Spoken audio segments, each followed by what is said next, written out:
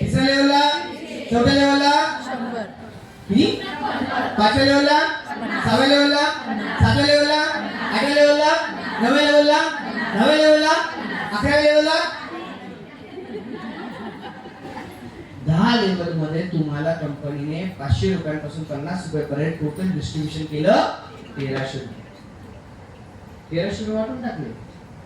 पण प्रत्येकाच्या इन्कम वरती 5% कंपनीला काय भरायचं? अजून टीडीएस भरायचं. प्रोडक्ट द्यायचं आहे.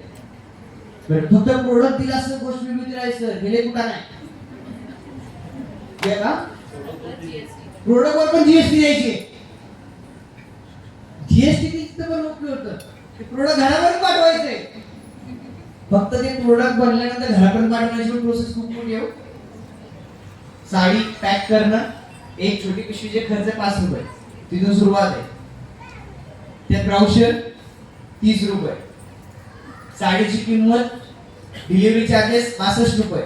सगळं काढलं ना, प्रत्युष रिटेल्स प्रायव्हेट लिमिटेड ही जी कंपनी आहे, त्या कंपनीचा एवढा मोठा बोलबाला या कंपनीच्या ओनरला हातामध्ये राहतात फक्त 29 रुपये. आणि मी खुश आहे. का?